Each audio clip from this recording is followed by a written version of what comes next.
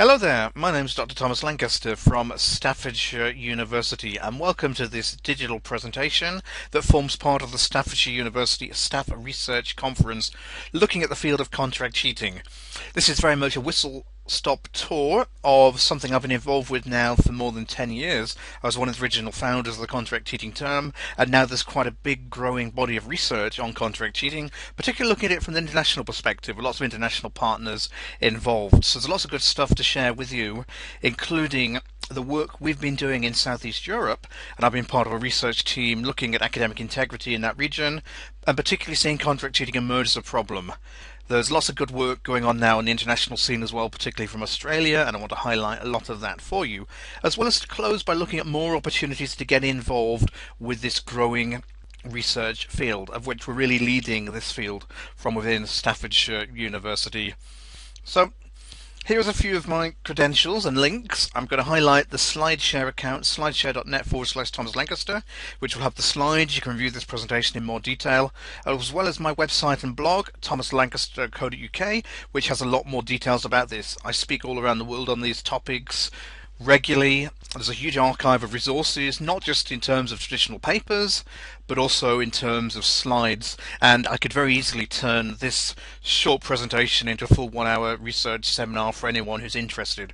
I also try and collaborate with the media when I can, so lots of work in particular with The Guardian recently in that field. I do need to also introduce my colleague Robert Clark, who I've worked with in this field since 2006. He's now retired, but worked for many years at Birmingham City University, and he's helped more than 30,000 assignments be reunited with their owners. So, what do we mean by contract cheating? It's very briefly, it's when a student uses a third party to do their work for them. And there's various other indicative examples on the slides. Contract cheating could occur whether the student actually hands in the work or not. It could even be thought of as an attempt to contract cheat if they try and outsource their work. And most of the research we've looked at has involved people who've posted these requests very publicly on the internet. But there are all kinds of other people available who can help, including friends, family members, even other students on their course. Looking at this from an international angle, this very much happens all around the world, and we've seen examples of business cards around the world, flyers being distributed, adverts pinned on university notice boards, huge amount now of geo-targeted advertising on Facebook and other social media sites as well, and advertising aimed at particular communities, such as the example aimed at the Chinese community you can see at the bottom left of the slide.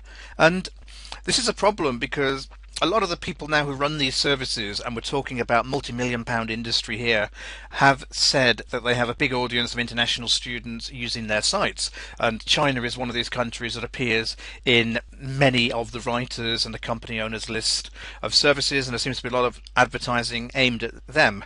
I'm not just going to single out that particular group, because there are many groups of people involved from both the side of the writers and the side from the consumers and customers. Here are a few more examples of some studies that looked at contract cheating from an international perspective. Very interesting one, Lisa Lyons, last year 2016 in Australia, who just found that the work may not be very good that you find and that you buy from a contract cheating service from an essay mill. And that's nothing that should surprise me, hopefully not surprise anyone else. But there can also be some really good work. She was finding distinction level work appearing in there as well. It's very much dependent on which service provider a student chooses to use. A lot of ghostwriters found to be working from developing countries. We've got an example there in the middle of a look at ghostwriters from developing countries, particularly India, one of these countries that appears all over the place there. And they said they had degrees from Western universities, such as the UK. They'd gone back to the home country to write. And so there is an action on us to think about why are people leaving with a degree, but they're only qualified really to write assignments for other students, which can be a very lucrative and highly paid profession in those areas. Lots of recent good work going on in Australia, since they've had a scandal about contract cheating there. And one of the preliminary findings from their cheatingandassessment.edu.au project has been some of the types of work that students are less likely to cheat on.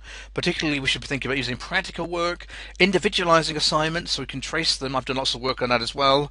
Having work completed in class, and using things like spoken presentations. We can't rely anymore on the traditional essay. That's really something that's had its day as being the major component of our assessments. I mentioned as well I've been doing work around Southeast Europe, and this has really been ongoing since October, November of last year, along with a team of people here, mainly from Brno in the Czech Republic, as well working there. You can also see my colleague there, the lady in red at the right, Irene Glandinning, who I work with at Coventry University, who's very much a leader in the academic integrity field as well. And we've slowly been publishing our work around Albania, Bosnia, Herzegovina, Croatia, Montenegro, former Yugoslav Republic of Macedonia and Serbia. Now, that was collected at the end of last year through focus groups, through surveys, through speaking with national leaders in the field as well. And there's a report on the SEEPPAI website. There's also a conference paper being presented in Brno that I'll be involved with, and lots of work alongside the European Network for Academic Integrity there, which is something that we're all involved with as well, trying to really raise the focus on academic integrity. It's not just student cheating. Some of the early findings from that work before we officially publish it then. Well, contract cheating is a known problem in Southeast Europe. I think it's a known problem now all around the world. We can't say it's unique to the UK, Australia. We can't say it's unique to America, even though they seem very reluctant to admit it. For an example, one of the focus groups in Croatia, 6 of the 10 students said they knew someone who'd purchased an assignment, and I think that's a fairly typical type figure to be thinking about around the world. Very much similar findings to in the UK. Lots of advertising going all around. Students told us they were seeing advertising in their own language on Facebook. They were seeing adverts on notice boards as well. An aside here I think is really important. I keep being told by people that the reason contract cheating is so bad in the UK now is because of the high fees.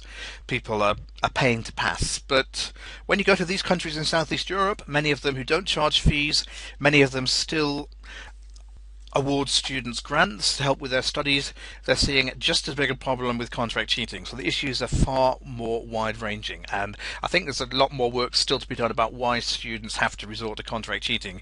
Is it because they can't do the work? Is it because they don't find the work of value? Is it because it's just a better financial decision to pay?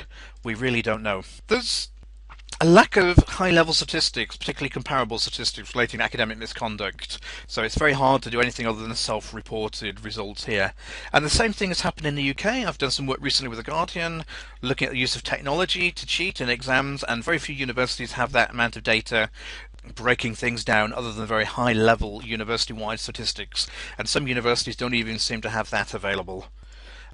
A massive problem, though, I think in Southeast Europe and other countries has been high levels of corruption operating throughout education. And I keep hearing things to do with bribing, knowing where you can go and buy a degree, paying lecturers, even little things like being told you need to buy the textbook written by the lecturer to pass, which of course they make a good amount of money on. Academia is a very badly paid profession in a lot of parts of the world. It's not very well supported with research targets, but without access to research databases to help write the papers. But there are things we need to do to help our colleagues in those regions. There's also a lot of very good work going on as well, and people who are going above the norm, but a lot of it's the work of individual academics. So what should we do about it?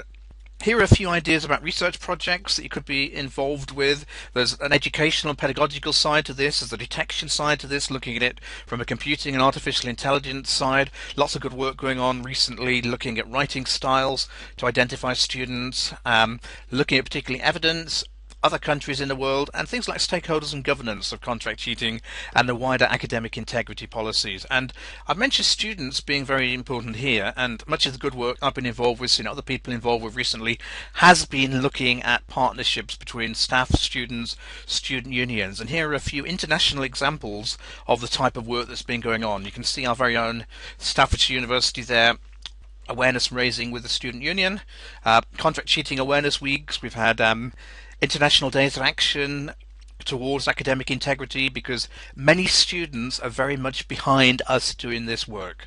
They want to see the value in their degrees, and as more and more universities internationally join in, I think we'll see quite a successful movement. So by all means check out the hashtags, #DefeatTheCheat, #ExcelTheIntegrity. They were generated by students. I prefer the Excel with Integrity. You can also tweet about today's presentation. I'm at Dr. Lancaster, and lots of contract cheating stuff by me and other researchers and practitioners is archived using #ContractCheating. Do please get in contact if I can assist with anything. There's lots of good work going on in this field, lots of papers being written, and many more resources being generated. I think now's the right time for us to make a movement to promote academic integrity, and Staffordshire University can be at the forefront of this work.